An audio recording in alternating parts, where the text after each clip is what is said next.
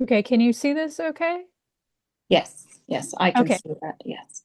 great. All right, so I will hand it over to you, Lina, and then we'll do questions and answers at the end. So thank you so much. Thank you so much, Kelly, for the lovely introduction, and thank you so much for having me. And thank you all for who's attending this seminar.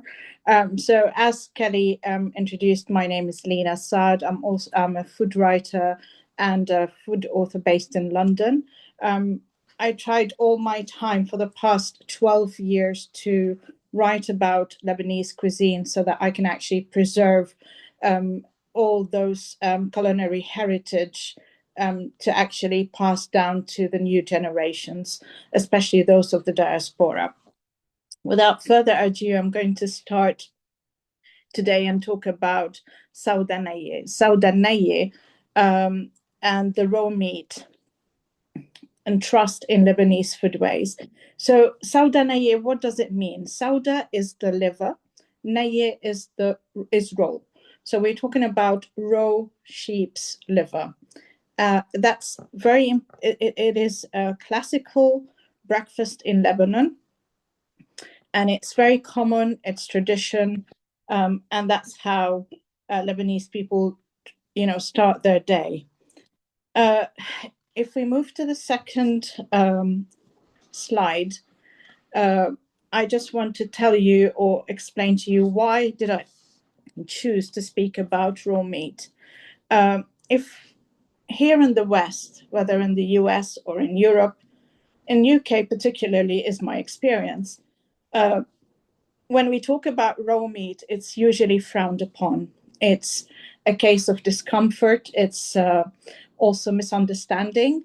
Wow, do you eat raw meat? How would you eat that? Why would you eat that? So it's often looked upon, it's too risky, bacteria contamination, it's not safe. The perception is always cultural here, by the way, it's not factual. Again, people associate distance with eating raw meat. So by that I mean the loss of proximity to animals and butchers. By that I mean the industrial food or meat system.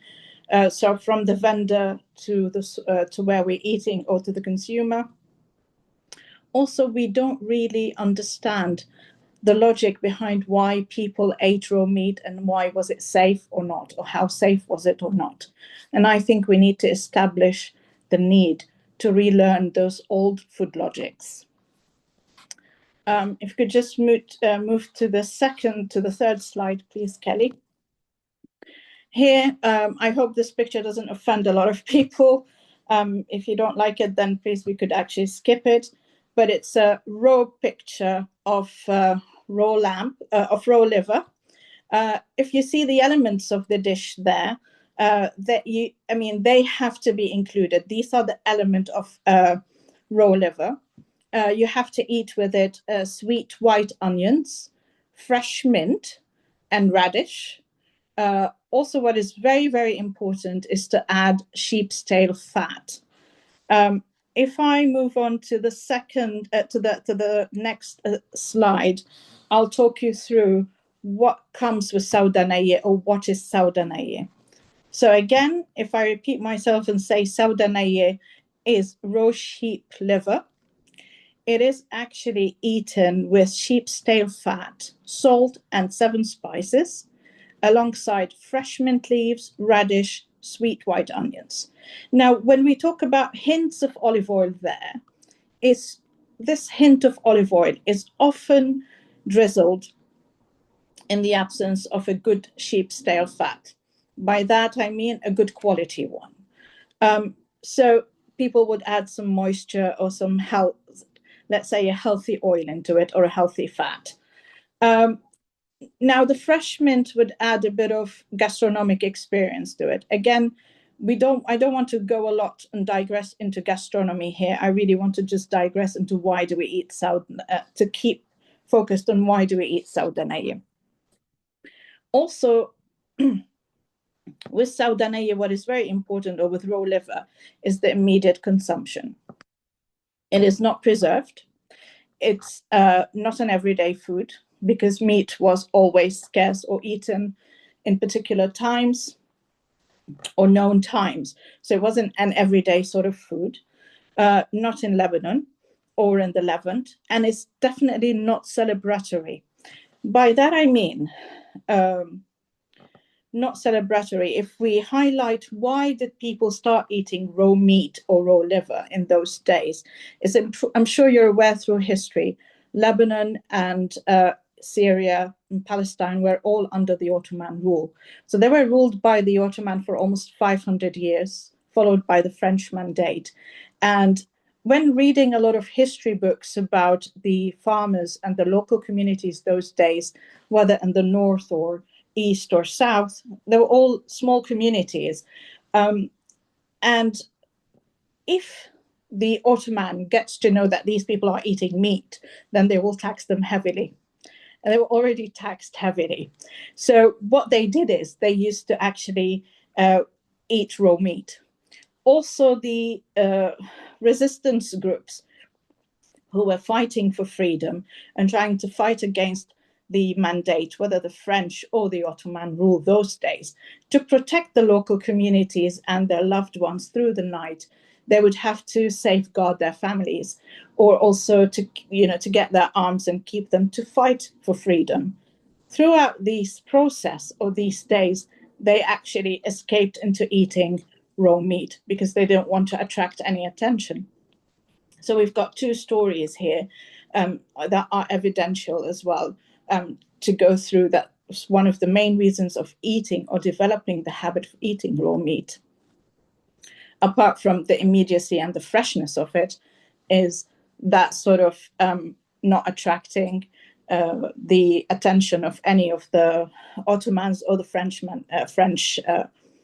soldiers, so that they wouldn't be heavily taxed. So they don't tell them that, oh, you're rich, you've got money, you could eat meat. Let's tax you heavily on that. Um, what is also very important about Sawda Nayeh that it's not preserved. So it's available there. Also, those days or in the past, 500, 600, 700 years ago, people believed in the immediacy of eating and consumption. They would only preserve for the long term, for what is not available in a different season, like, for example, lamb awarma or lamb confit, but certainly not not raw liver. Okay, it was used there or consumed because it's incredibly nutritious.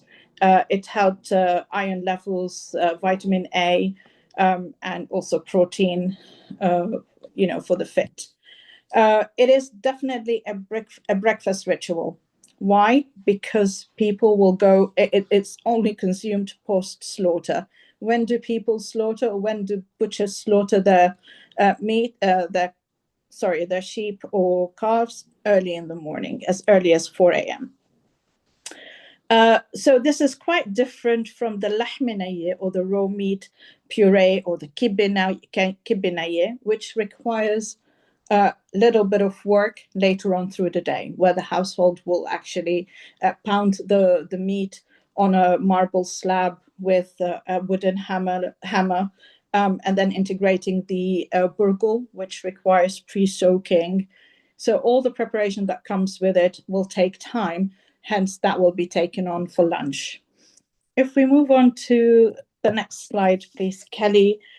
There I discuss a bit more, or talk a little bit more, why do we eat also raw meat immediately? Because in those days and through those food systems, we lacked refrigeration, not just like today. And we also lacked the large economies of scale, um, and the high demand. So meat was not always available. People within the local or small communities knew when they're going to slaughter meat. They knew where the meat came from. They know what they heard it on. So everything was eaten immediately. Everything was consumed and shared immediately. So it meant there's quality control, and there's certainty behind what we're eating or what they were eating, and there's freshness and nutrition. So what we now consider, this is very important, I think, nowadays to also think about, is what we now consider is dangerous, or what we now consider is dangerous was once one of the safest options available for people in those local communities. And I think also up to 50, 60 years back.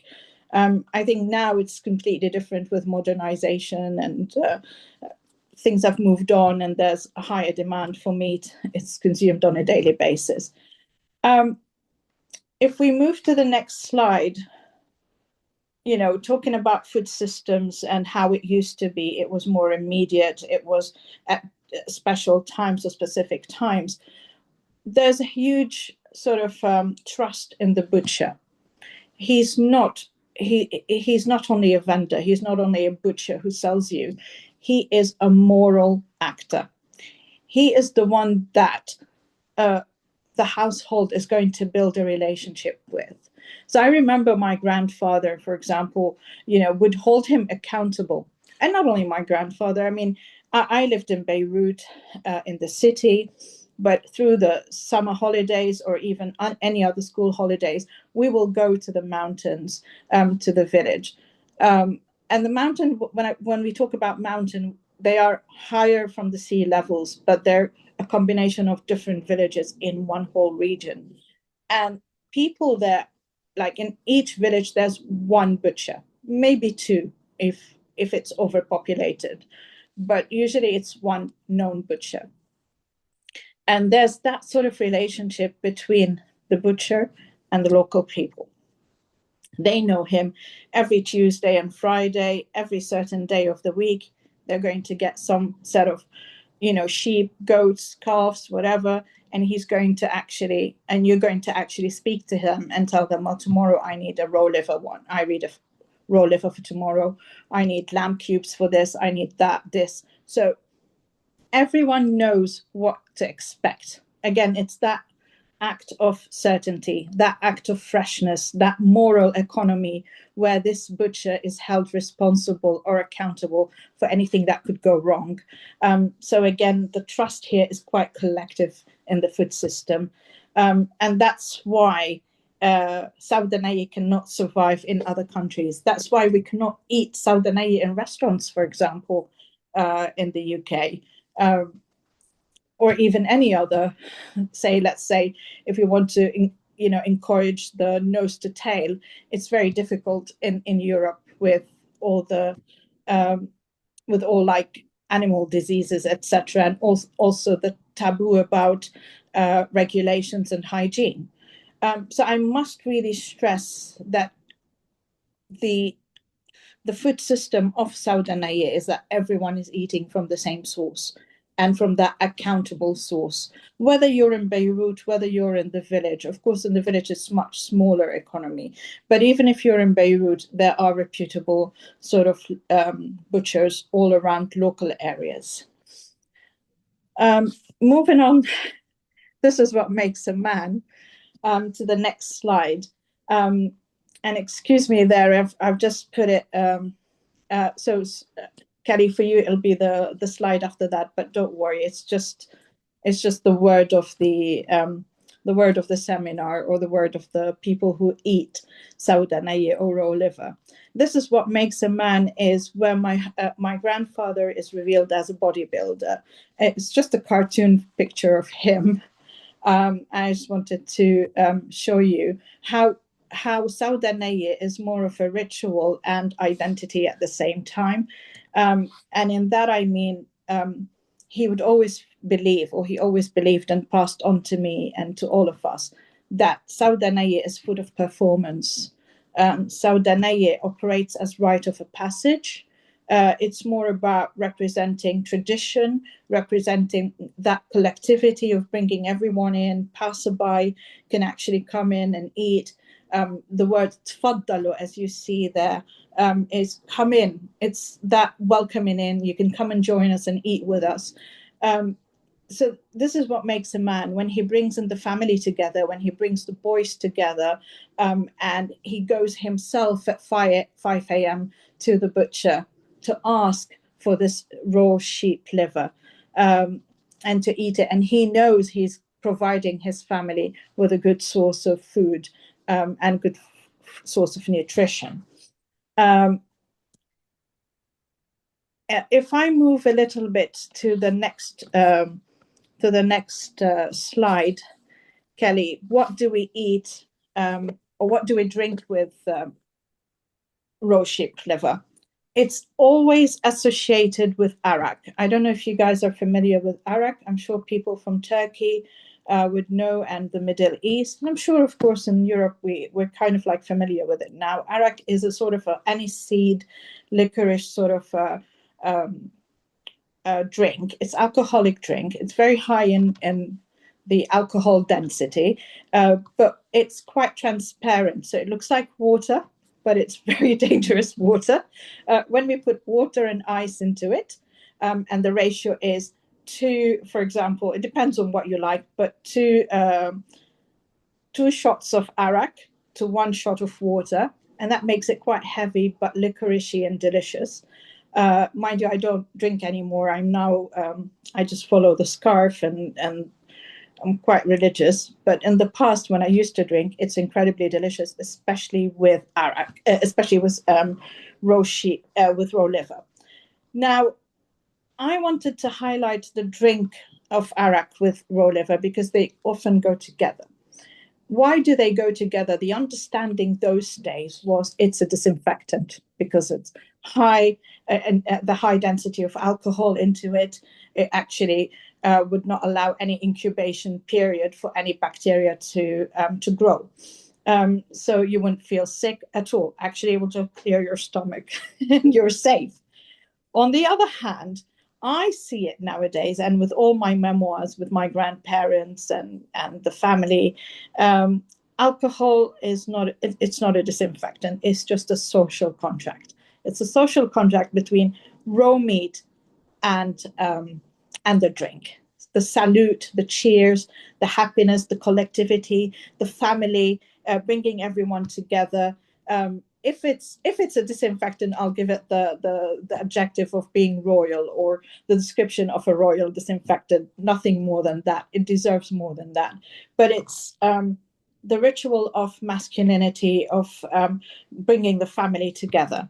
And there's something that is always on my mind. And I hope one day I could, I mean, I try to pass to my children, and I do hope other people do through their memoirs, where like this picture of my grandfather grabbing, or I call him jiddo, which is the Lebanese word of my of grandfather, where he grabs the Arabic bread and put that diced raw liver, accompanied with a sheep's tail, then dunk it into salt and seven spice, and then eat it with the fresh mint, the sweet white onions, and that, grabbing the arak and saluting and saying, "Cheers, boys," to my uncles and to all of us sitting around and saying, "That's what makes a man." Yes, that's what makes a man, because it's a tradition.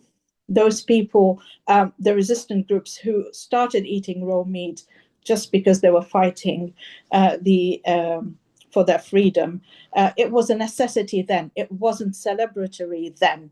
But now, of course, hundreds and hundreds of years later, it can become celebratory.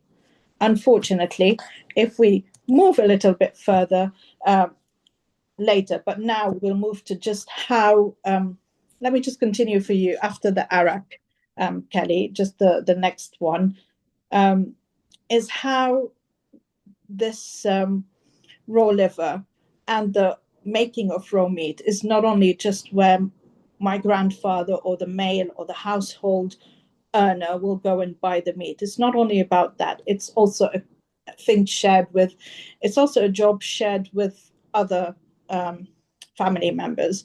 And by here, I mean my grandmother or my aunts. My mother wasn't available then. She lived in Africa with my father.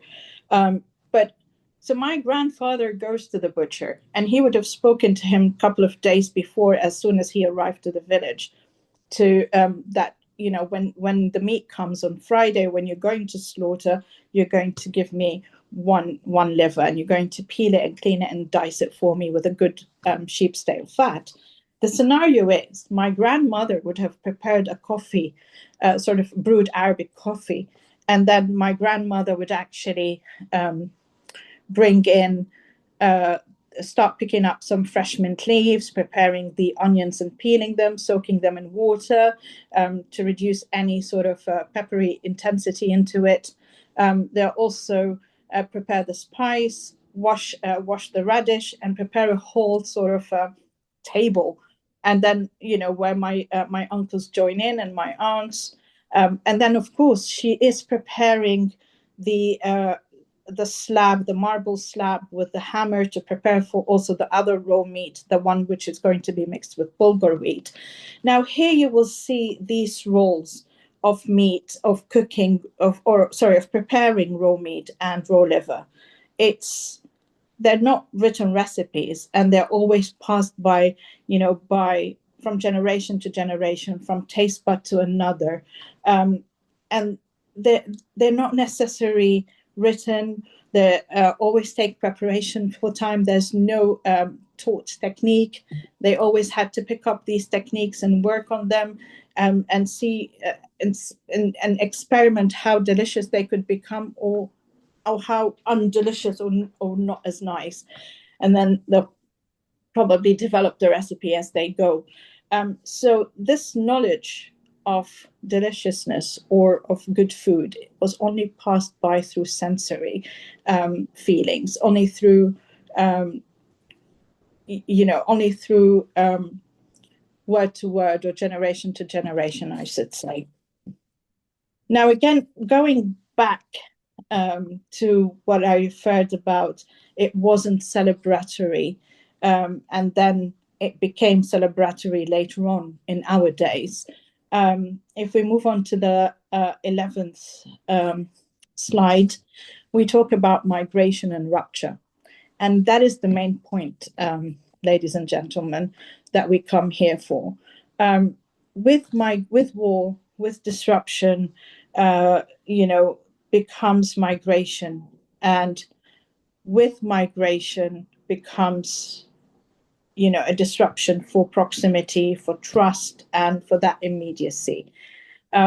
So also when people migrate to other countries, although they carry food with them or other dishes with them, they might not necessarily be able to eat them, and that is due to either they're not available immediately, or just because there are rules about them. Just like when we came to the UK 30 years ago, there was foot and mouth disease, so we couldn't eat cow's brain, we couldn't eat cow's legs. Not necessarily that I ate them or we ate them in the family, but these were dishes that people would consume, or Lebanese people, and also people from the Levant or from Iraq are usually accustomed to these dishes, and Turkey. And people, unfortunately, weren't able to have them. So this is where migration actually stops or rupture the food system. Not only the food system itself, but also the memory, and that is where people start thinking that Sawda Nayeh, especially for us, has become nostalgic. It's occasional, but it's yet incredibly symbolic.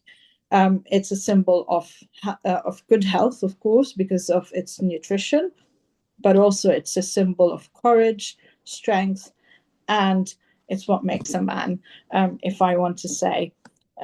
Leading us to the end of this seminar, I chose Sawda Nayeh because I know Lebanese people eat it, and we still eat it. And every time I go to Lebanon, I would eat it. My kids do frown upon it. Hence, my kids are the fifth generation born abroad. I was born in Africa, and so was my father. Was born in England. So four generations of my family migrated since the 1900s, and that is my paternal side. I was lucky that my maternal side did not, and they always resided in Lebanon. And I was lucky to have that connection and to be brought up with them. But what happens to the next generations, the generations that are born here? How could we keep them connected, and how do we preserve that heritage and that culture? That is the question for me. That is what I've been working on, and hopefully it will one day see the light in the way I want it to. But I leave you with the questions that what happens when trust disappears? What happens to trust-based food systems in an age of regulation, and like one we call with whatever regulations we have now, health risks, also allergies, and everything we have at the moment is just is too much. And can immediacy survive industrial food cultures? What is the future? We're still yet to discover, and how to work about it also yet to discover. This brings us to the end of this seminar or this presentation. I hope you have a lot of questions, and thank you very much for your time.